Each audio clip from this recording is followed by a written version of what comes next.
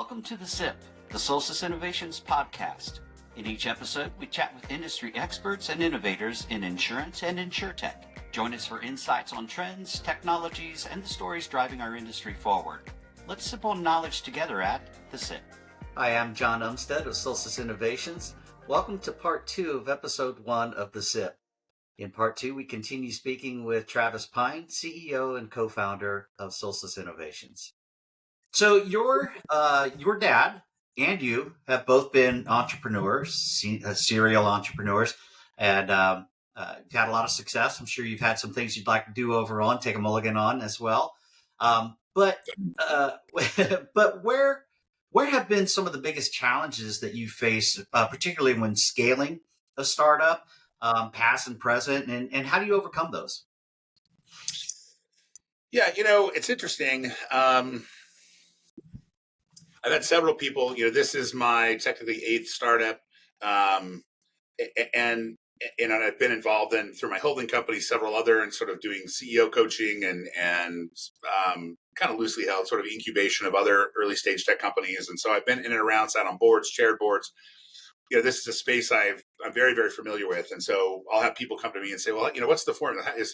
They're looking for some sort of instruction manual or some formulaic, how do you start a company? And I've always struggled with that because, one, I'm not a very good mentor because I'm more of an intuitive person, right? I don't really sit down and so step 1, step 2. Of course, we have a plan. You build that, but what I've learned, and I'm sure heard me say this, as the rest of the team that have worked with me, I'd choose a B minus plan and A plus execution over getting the perfect plan, because there's really no such thing. You're never going to get an A plus plan because things are moving too fast, especially in the startup world. And so, when people are like, well, how do you do it? I'm like, you come up with the best plan you can, and then you take the first step, and then you got and adjust, right? I mean, that's just kind of how you do it. I think obviously there's commonality, there's definitely lessons learned, but honestly, each startup has brought, its own unique challenges and things and I think that's part of why I like it.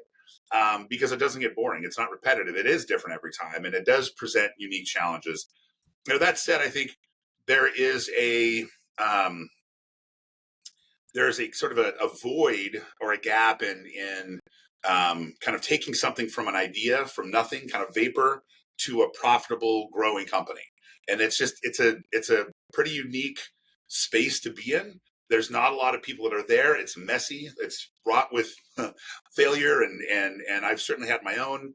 I've had my successes and failures in there, and it is a difficult space to operate in, and a lot of people stay away from it, including you look at sort of larger institutional capital. I mean, they're not really that interested. I'm talking VC and private equity. Until they've seen you're either on your way to profitability, you're profitable, then they're kind of interested. When you sort of don't need it anymore, right? I mean, it depends on their investment philosophies, things like that. But I just found it's a space that's a difficult space to be in, and it does bring unique challenges. I think to your second part of your question, once you do kind of hit that scaling and growth, and it sounds cliche, and this is really for a business at any stage. But specific to and in the context of kind of the startup world, managing your human capital is challenging, right? I mean, and at this stage, everybody counts. We don't have, there's no, kind of superfluous role or whatever, right? Like, and we're all staying up and working on. I mean, John, we're working on stuff together sometimes on the weekends, late nights, just to get it done, right? I mean, the contracts that we put in or whatever. You don't have minions to do it, right? So and I think there's benefit to that because the leadership team has a very attuned pulse to what's going on with the company that you kind of lose when you move on to different stages of the company, I think. And so, and I like that. I mean, I like that, it's a more visceral way to manage, but you're in the fray and, I'm not, obviously, I'm not involved in every single conversation and every call, but, we do have that structure.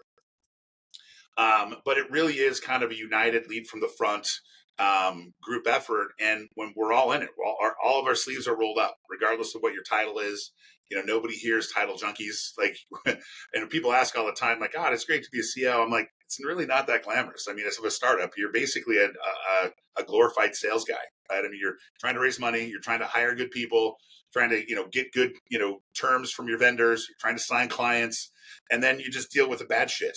When stuff really is bad, then it comes to you. So it's like, it's not that glamorous, really, but I love it. It's a space that I've been in.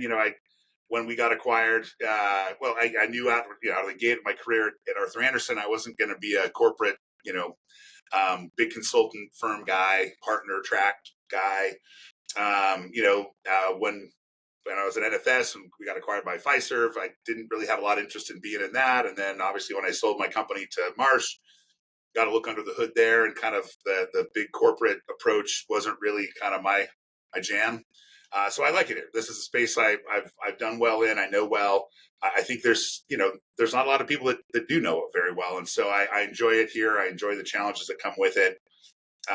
Balancing your capitalization strategy. Every company is a little bit different, and it kind of depends. I've capitalized businesses very different ways, and so that's one of the challenges of any early stage company is balancing your capitalization strategy and making sure you have enough runway to continue to create value. But not give away the farm. I've got buddies that'll go start companies and then immediately go raise a VC round, go raise 25 million. And now their ownership goes to 10%. And it's like, why not just go work for somebody? Because basically it's all you're doing. So, there's lots of different ways to do it. And it kind of depends on the company. And I wouldn't say there's a right or wrong way. It depends again on the situation. And so those are, a lot of the hurdles that you're getting over in early stage companies. I'm really pleased with the progress that Solstice has made, because what we're trying to do is hard. And I know you probably got some questions on that we can get to, but given how we've capitalized this and we've accomplished a lot. So Yeah, I like a lot of what you said, and a couple of things I'd like to just highlight and reiterate. One is around leadership team rolling up their sleeves and doing whatever needs to be done, and not being defined by boxes or titles. That's not just important to getting the work done, especially in a startup mode, but also I think it kind of sets the culture and sets the stage and sets the example for anyone else coming on.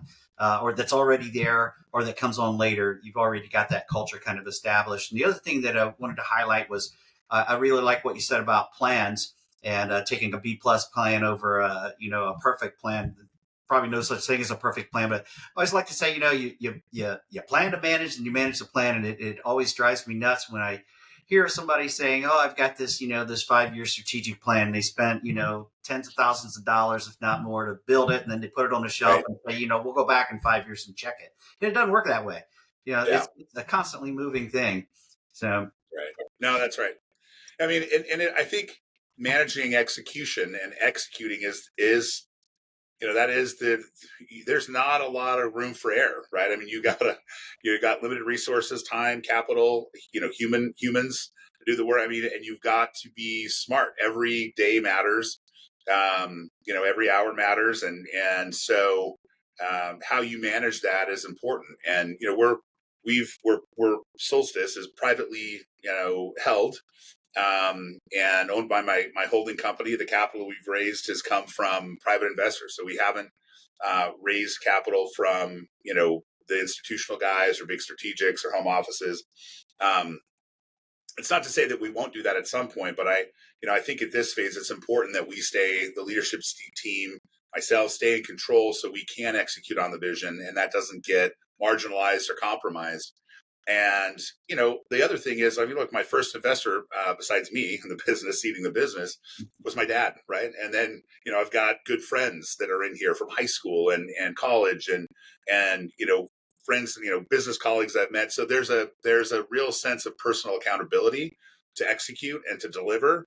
And I think that sort of helps you as you're managing. I've been involved in businesses. These weren't my companies, but I was the CTO of a company that got acquired, and that company this is during the .com days. They raised $200-300 million in capital, and it was run by a couple of 24, 25-year-old CEOs that had no idea what they were doing, and they just pissed the money away because they didn't have anything, they didn't know what they were doing, right? And so that was kind of the crazy .com days, but I put that under the what not to do learning lessons category. But but then the opposite end of that is you've got companies that are, the CEOs and founders calling Aunt Jenny to make payroll every other week, right? And that sucks, and that's not good either, right? So I've tried to capitalize my businesses in a way that's more iterative along the way, to where you raise enough capital to build value in the business, see where you get, and then if you got to do another round, do another round. It's a lot more legwork, but I think it preserves both control in the company, as well as it does keep your feet to the fire, right? Because you're like, hey, we gotta, we're not running out of money every other week, but we don't have a 10-year runway either, right? So we gotta make some hay here, boys and girls. Yeah. So anyway. Yeah. So let's turn some focus back internally to Solstice, and specifically on the premier platform from Solstice, Equinox. So you kind of mentioned this when we were talking about AI and being customer centric solutions, but how through Equinox do you envision improving the customer experience as compared to maybe traditional insurance processes or even other insurtechs? There's that kind of struggle all the time. We want to talk about how cool our platform is, and some of the things that we're doing architecturally that nobody else is. It's honestly one of the bigger challenges we have. Is how do we differentiate ourselves in the market? Because everybody's saying they have AI or blockchain or whatever it is. Everybody's saying they're cloud this, they're that. And usually if you it doesn't take long. You pull a layer or two back of the onion and you're like, yeah, this is not, this is a 30-year-old system that, yeah, you slap this here, you put a little digital interface there, but it's still at its core a legacy platform. And so how do we, when everybody in the market's like, oh yeah, we're cloud native and we're serverless and we're all these things, right? And for us to just sort of say, well, yeah, we're that stuff too, but we really do it, that doesn't really move the needle. And so you have to really kind of think in the way that what's important to the folks in the boardroom, what's important to the folks with their boots on ground.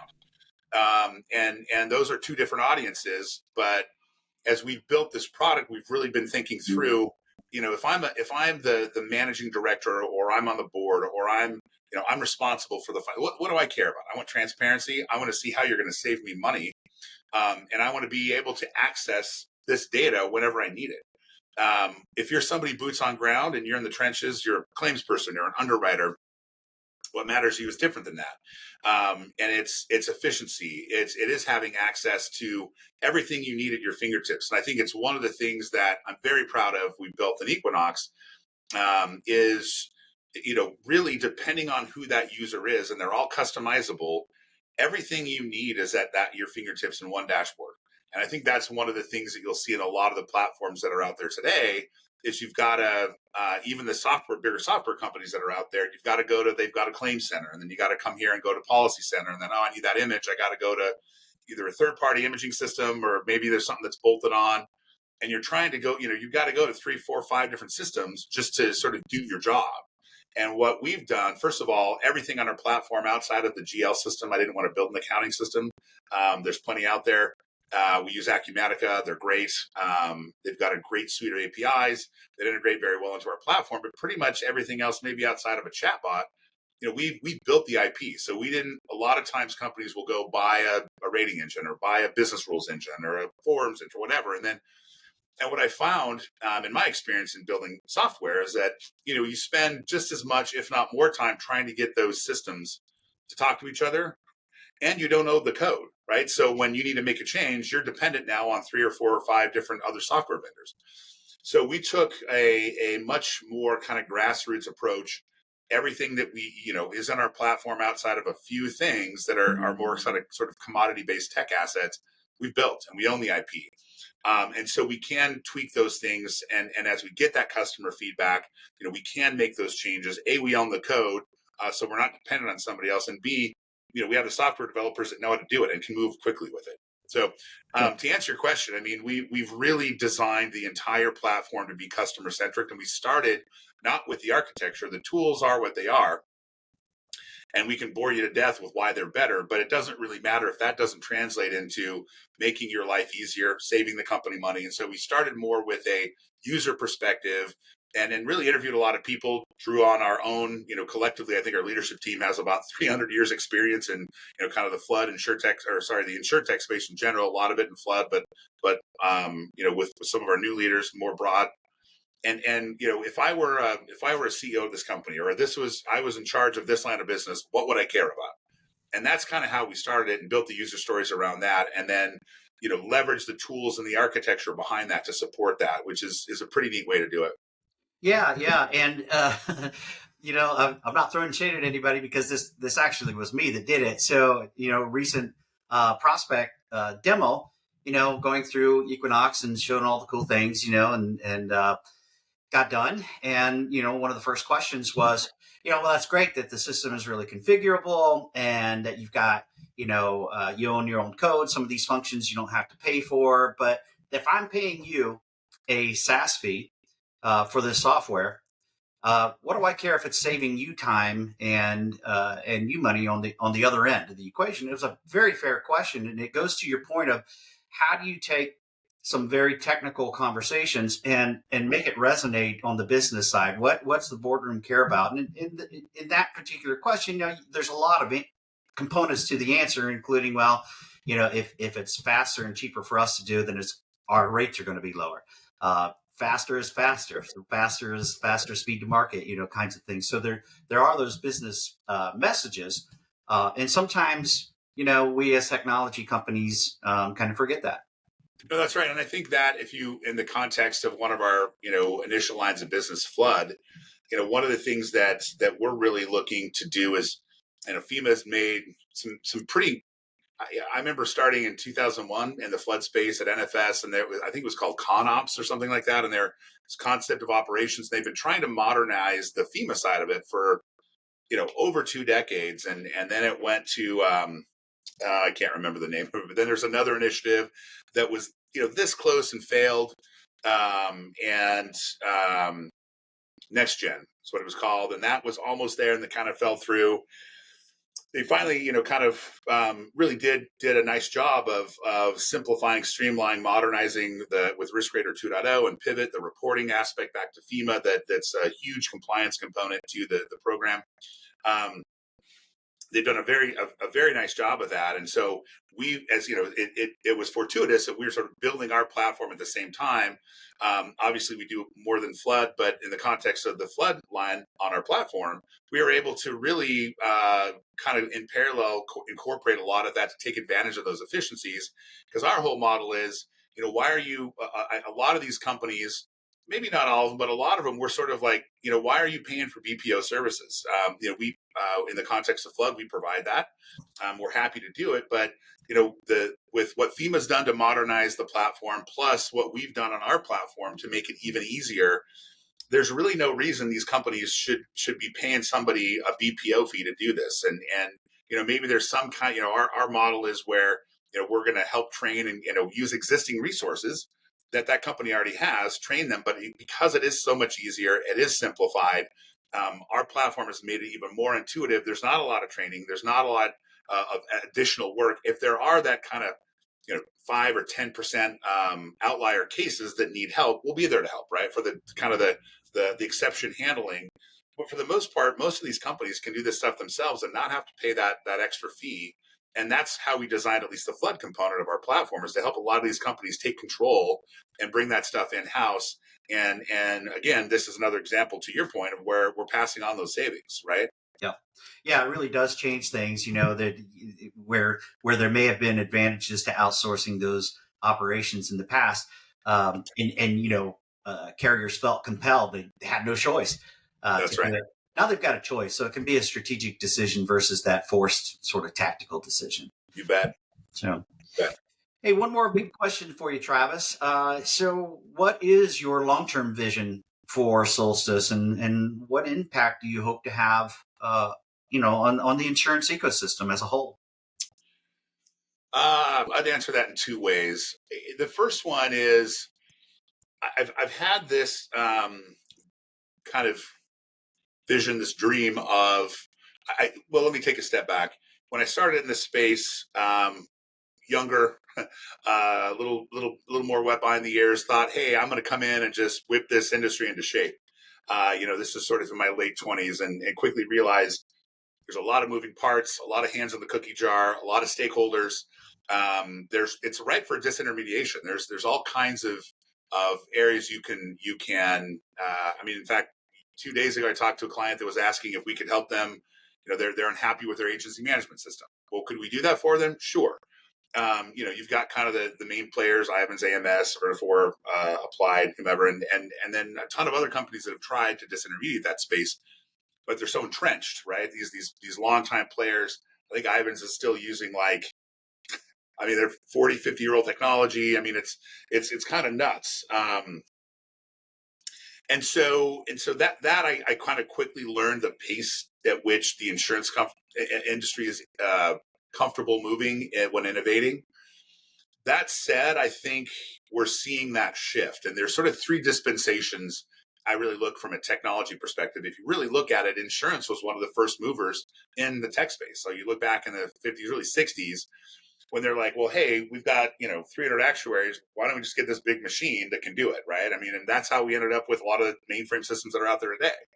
And so insurance at one point was a real kind of very innovative, on the cutting edge of tech 50 or 70 years ago, right? And so the challenge now is how do we move them forward? And you've seen around the turn of the century, there was a lot of modernization initiatives that wasted billions of dollars. So these companies that would try, and the challenge was, if you look at Moore's law, they couldn't keep up. The pace at which technology was changing and their ability to deploy that was incongruent.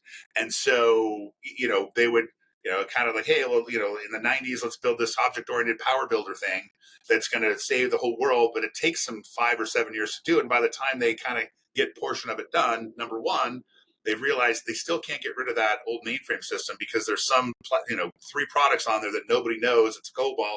The guy that built it's either retired or dead. And so they're like, we don't want to touch it. It's just working. Just leave it alone. One, and then two, by the time they deploy it, now you're on to, if you're, an IBM guy, there's WebSphere, and you're on, everything since the early 2000s, everybody's moving to kind of web-based. And so it was hard for them to kind of keep up with that. And I think a lot of, and sadly, for a lot of these companies, very well intended, it made their technology footprint even more complex. Not only did they have these disparate platforms from acquisitions, they had it from them trying to modernize and trying to consolidate. They ended up with more platforms, and they kind of got part of the Power Builder thing done. So they use it for this, and now they're using WebSphere for this thing over here, and they kind of put some lipstick on the pig with this. And so, but they still got the mainframes because it does. So that it's kind of a mess. And so I'm promised I'm getting somewhere with this. My big vision is to actually finally be able to come into these organizations and say, look, with the Solstice platform, Equinox, we're not going to promise you day one, you're going to come in and we're going to take all 6 or 20 or whatever lines of business and do a big lift and shift and drop them on our platform and you're done. There's plenty of software companies that promise that. I think they do a very bad job. I don't think I need to mention names, but they're known for gouging, and then you just start running the meter on professional services or IT services. And that's their whole model, right? We'll promise you the world, out of the box it works. Oh, by the way, you got to spend another 50 million just to make it work. And I just think that's nuts. I think that's crazy. And that's part of what we're trying to turn on its head. But part of the vision is to say, look, give us one line of business. Maybe it's a new line of business, or it's one that, and let us come in and we're going to service the hell out of that. And we're going to show you what we can do for you. And from there, maybe there's another line of business that you're interested in. And at some point, once we've built that trust, hey, you've got these 9 lines of business. Let's build a roadmap where you can, eventually, and maybe it's not all 9, maybe we take 6 of them, but at least you're going from 9 systems to 6, or to 2 or 3. And the goal is you shut them all down, and maybe we can do that with some of the clients. And maybe it's taken them. One organization we talked to had 42 platforms. I'm like, are we defining platform the right way? Because I think a platform like a whole, enterprise system. So I don't think it means that, but they said they had 42 platforms. And I'm like, man, that's a lot to manage, right? And so I guess where I'm headed is I'd love to take an organization like that from 42 to 1. We'd love all those. But even if we take them from 42 to 10 or 15 or 5 or whatever that is, and this is kind of to your point earlier, at that point, their IT footprint shrinks, right? And now they can actually build that into their rating structure. And all of a sudden, all of those expenses can be passed on so they can be more competitive in the market. All of those things, because most organizations, most of these carriers that operate in multi-lines, they have massive inefficiency, and they've got, just because their IT footprint has to be so huge. It just is. That's just the way that it is. And it's not because the people aren't smart or don't know how to do it better. It's just kind of inherently where they're at, and they're stuck.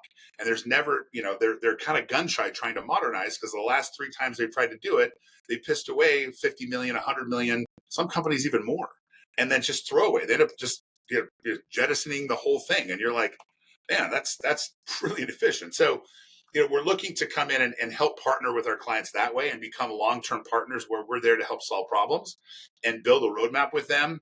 And really our entire model as a SaaS player, we're not looking to come in and say, hey, we're gonna come in and save the whole world for you. And oh, by the way, it's going to cost you 10 times more than you paid for the licensing.